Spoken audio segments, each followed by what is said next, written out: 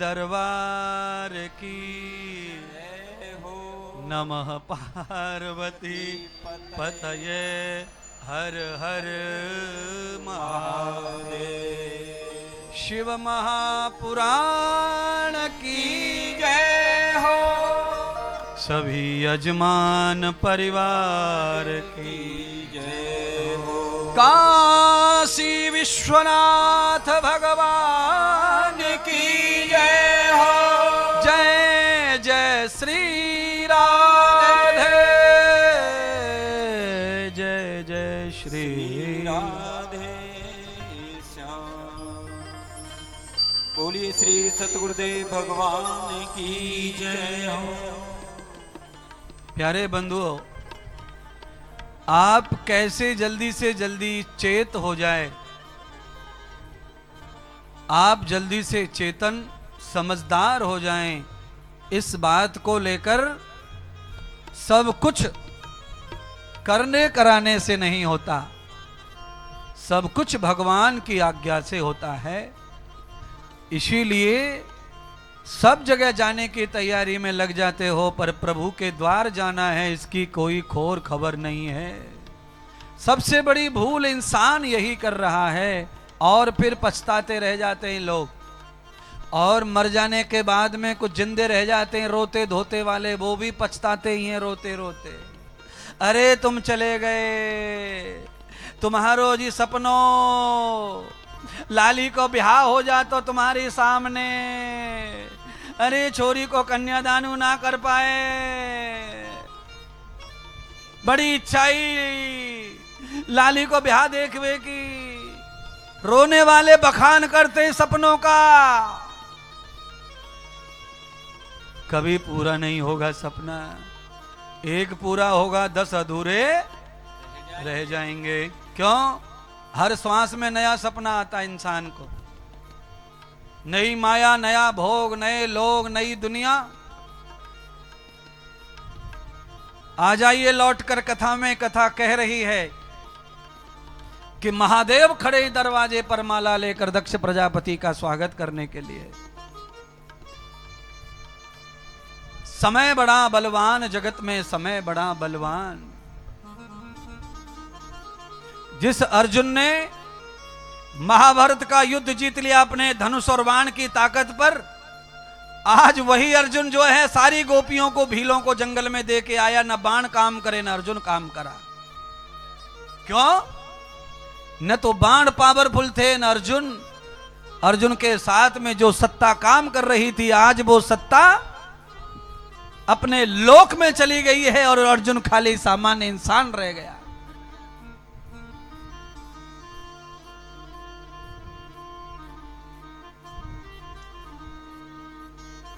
गोपियों को लूट लिया, छिना लिया आदिवासी लोगों ने जंगल में। अर्जुन कुछ नहीं कर पाए। वही अर्जुन वही बाण, जगत में समय बला बलवान। और भीलन लूटी गोपियां, वही अर्जुन वही बाण।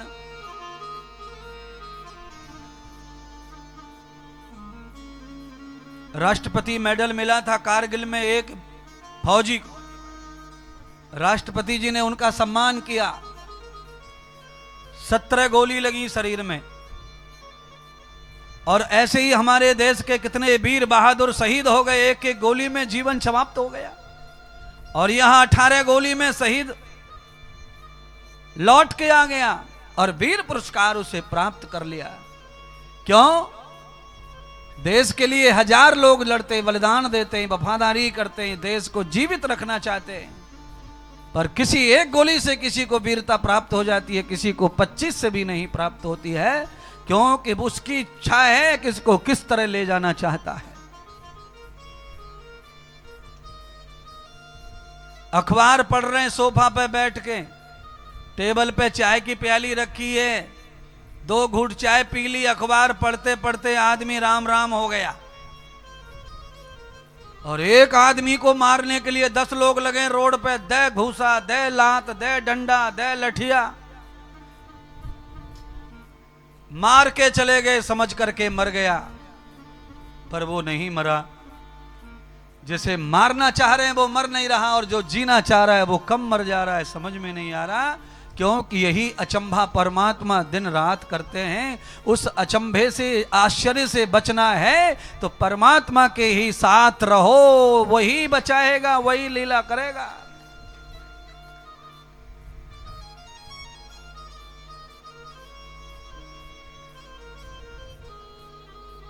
जिस आदमी के हाथ में टॉर्च रहती है ना, उसके शरीर पे अंधेरा रहता है, देख लेना। जो आदमी टॉर्च लगा करके दुनिया में दिखा रहा है खुद को, उसका पूरा शरीर अंधेरे में डूबा रहता है। अरे हाथ में प्रकाश है और फिर भी अंधेरे में डूबा हुआ है। केवल आंखों को दिखाई दे रहा है, रास्ते में प्रकाश हो रहा है, आंखें देख रही हैं, चलते चले जा रहे हैं, पर शरीर अंधेरे में डूबा हुआ है। प्रकाश है तो भी। वही मैं तुम्हें बताना चाहता हूं, तुम सब लोग रास्ता चल रहे हो, चलते चले जा रहे हो, और तुमने ऐसा ज्ञान का, प्रकाश का ऐसा टॉर्च जला रखा है जो तुम्हें रास्ता तो आगे का दिख रहा है, पर तुम्हें स्वयं को अंधेरे में डुबा के रखा हुआ है। जब तक आत्मज्ञान का प्रकाश नहीं होगा तब तक तुम्हारा अंधेरा खत्म होने वाला नहीं। ये आधुनिक ज्ञान से, ये सेल और बैटरी से कब तक दुनिया देखते रहोगे? आत्मा से प्रकाश पैदा करो परमात्मा का। उसके लिए पावन कथा न्यासी सन्यासी आचार्यों की वाणी है, जो आत्मज्ञान को प्रफुल्लित करती है, प्रकट करती है। कथा चल रही थी कि सम्मान और सत्कार करने का विधान क्या है।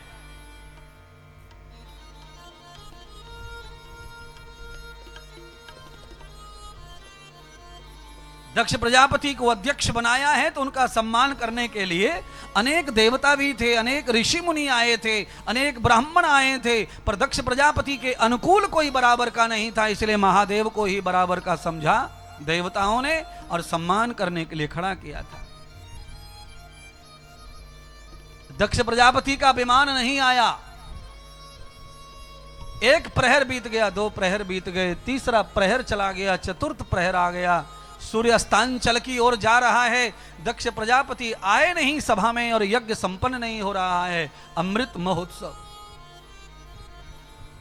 सारे लोग भूखे प्यासे बैठे, देवताओं को आहुति नहीं चढ़ रही है, ऋषि मुनियों को प्रसाद नहीं दिया जा रहा है। दक्ष प्रजापति आवे तो यज्ञ प्रारंभ होवे, क्योंकि यही सभा का नियम होता है। अध्यक्ष की आज्ञा में ही सभा चलती है कोई भी। महादेव को लगा कि दक्ष प्रजापति शायद अब नहीं आएंगे, तो थोड़ी देर क्यों न ध्यान भजन कर लिया जाए। महादेव अपने नित्य कर्म के लिए चले गए। उतने में ही दक्ष प्रजापति का आगमन हुआ। दरवाजे पर सुबह से शिव खड़े थे, पर अब शिव ध्यान में गए तो भजन और ध्यान को छोड़ के कैसे आए। दक्ष प्रजापति के सामने अनेक महात्मा, अनेक ऋषि, अनेक देवताओं ने उनको स्वागत किया, फूल बरसाए, अर्घ चढ़ाया, आरती दीपक बंधन किया, पर दक्ष प्रजापति को संतुष्ट नहीं हुआ स्वागत से और सम्मान से, क्योंकि उन्हें अपनी बराबर का सम्मान करने वाला चाहिए था। पता चला दक्ष प्रजापति ने पूछा तो आधे ऋषि मुनि लोग तो दो तरह के रहते ही हैं सभाओं में। जो महादेव के साथी थे वो महादेव के ही बोल रहे थे, और दक्ष प्रजापति के जो साथी थे वो दक्ष प्रजापति का बोल रहे थे। कहा, दक्ष प्रजापति, तुम्हारे सम्मान के लिए स्वयं तुम्हारे जमाता महादेव को खड़ा किया गया था, पर महादेव अभी अभी चले गए हैं, और महादेव ने यह बड़ी गलती की है कि तुम्हारा सत्कार और सम्मान छोड़कर चले गए। तुम कोई ऐसी वैसी चीज थोड़ी हो। दक्ष प्रजापति को उकसा दिया। दक्ष प्रजापति क्रोधित हो गए और दक्ष प्रजापति ने महादेव को श्राप दे दिया। कहा, महादेव, तुम निर्गुणी हो और तुम जंगली हो, तुम्हारे अंदर एक भी मानवीय गुण नहीं है। मैंने बहुत बड़ा अपराध किया जो अपनी पुत्री का कन्यादान तुम्हारे संग कर दिया। आज मुझे पता चला कि मैं कितनी बड़ी गलती कर चुका हूं अपनी बेटी तुम्हें ब्याह कर। तुम्हें यह नहीं ज्ञान के अपने ससुर को पिता के समान दर्जा प्राप्त होकर उनका सम्मान किया जाता है, और तुम मेरे सम्मान में खड़े थे और छोड़कर चले गए। आज के बाद दुनिया में कोई भी यज्ञ होगा उसमें तुम्हें आमंत्रण भी नहीं दिया जाएगा और तुम्हें आसन भी नहीं डाला जाएगा। अगर ये शर्त तुम्हें मंजूर है तो ही आज देवताओं का उत्सव होगा, नहीं तो नहीं होगा। दक्ष प्रजापति वाणी जो कहते वही करते थे, और दक्ष प्रजापति की वाणी को झूठ करने वाला ब्रह्मा भी नहीं, विष्णु भी नहीं, कोई नहीं। महादेव ने सोचा, तीसरा नेत्र यानी विवेक आत्मज्ञान से विचार किया कि आज अगर मैं अपने स्वार्थ में आ जाऊं तो ऋषि मुनि ब्राह्मण देवता सब भूखे मर जाएंगे, और करोड़ों देवताओं का, करोड़ों ऋषि मुनियों का सम्मान और भूख मेरा अपराध बन जाएगा। इसलिए मुझे जो भी अपमान मिला है, जो भी तिरस्कार मिला है, मुझ अकेले को मैं स्वीकार करता हूं, पर देवताओं का उत्सव नहीं बिगड़ना चाहिए, ऋषि मुनियों का प्रसाद में बाधा नहीं आनी चाहिए। महात्मा महादेव क्या समझा रहे हैं? महादेव शिक्षा क्या दे रहे हैं? महादेव ये बताना चाहते हैं अपनी लीला से सबको कि अगर एक आदमी को भूखा रहकर, एक आदमी को अपमान सहन करके अगर पूरी समाज को सुख मिलता हो तो एक आदमी को एक नहीं 1000 बार अपमान को स्वीकार कर लेना चाहिए, पर समाज में शांति कायम रहे, समाज में सुख कायम रहे और लोगों के काम हमेशा बनते रहें। किसी के अनुष्ठान में, यज्ञ में बाधक नहीं बनना। अगर किसी का यज्ञ होता है और मेरे कुछ करने से उसका यज्ञ अच्छा और सफल हो सकता है तो मुझे उसका सहयोग करना चाहिए। यज्ञ का मतलब यज्ञ नहीं है, यज्ञ का मतलब है अच्छा काम, सामाजिक काम, शुभ काम, धार्मिक काम, अनुष्ठीय काम, प्रामाणिक काम। और हे मानव, तुझे कितनी भी कथा सुनाई गई है, कितने भी ग्रंथ लिखे गए तेरे लिए, और तुझे बड़े बड़े गुरुकुल और विद्यालयों में पढ़ाया गया है, पर तेरा आचरण वही रहा। तेरे आचरण में नहीं शास्त्र आया, तेरे आचरण में नहीं प्रवचन आया, उपदेश आया। दूसरे के यज्ञ में आहुति डालने की जगह पर तू मिर्च डाल के आ जाए, ऐसा कर्म मत कर। तेरी मिर्ची डालने से यजमान का कुछ नहीं बिगड़ेगा, पर उसमें से निकलने वाला धुआं पूरे समाज को खांसी कर देगा, धूमिल कर देगा। इसीलिए समाज में हानि पहुंचे ऐसा कोई कर्म इंसान को नहीं करना चाहिए। और अपने मान और सम्मान के लिए किसी के ब्याह शादी आदि में रुकावट नहीं बनना चाहिए। मैंने कई शादी ब्याहों में यह देखा है कि लड़के के मामा का सम्मान ठीक से नहीं हुआ तो वो रूठ के इतना बड़ा गुब्बारा हो गया कि ब्याह नहीं होने दे रहा, अड़ गया है। लड़की वाले ने मेरा सम्मान नहीं किया, मुझे फलाना नहीं किया, मुझे ठिकाना नहीं किया। अरे मामा, तुलसीदास लिखते हैं, हानि लाभ जीवन मरण, यस अपयस प्रभु हाथ। अरे लड़की वाले के हाथ में नहीं है तेरे सम्मान करना, ऊपर से तेरी टिकट फटी नहीं है सम्मान की तो नीचे होने वाला नहीं है। इसीलिए मान सम्मान हानि लाभ किसी पर ठीकरा मत फोड़ो। लड़का ध्यान नहीं देते इसलिए दुकान नहीं चल रही है ना, लड़का ध्यान दे या ना दे, केवल कोई दुकान पे नौकर भी ध्यान देता है और जाता है।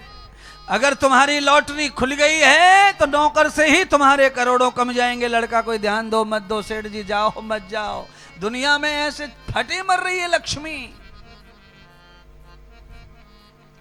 अच्छा बोलो, जिनका नंबर दूसरा तीसरा चौथा है इंडिया में पैसा कमाने में, पैसे वालों में, उनके बच्चे काम करते हैं क्या? उनके बच्चे कंपनी में जाते हैं क्या? और शाम होते होते 10,000 करोड़ का बिल आ जाता है घर पे। एंट्री हो जाती है शाम को, 10,000 करोड़ का टर्नओवर हो गया शाम को 6 बजे, और घर से हिले न डुले। क्यों?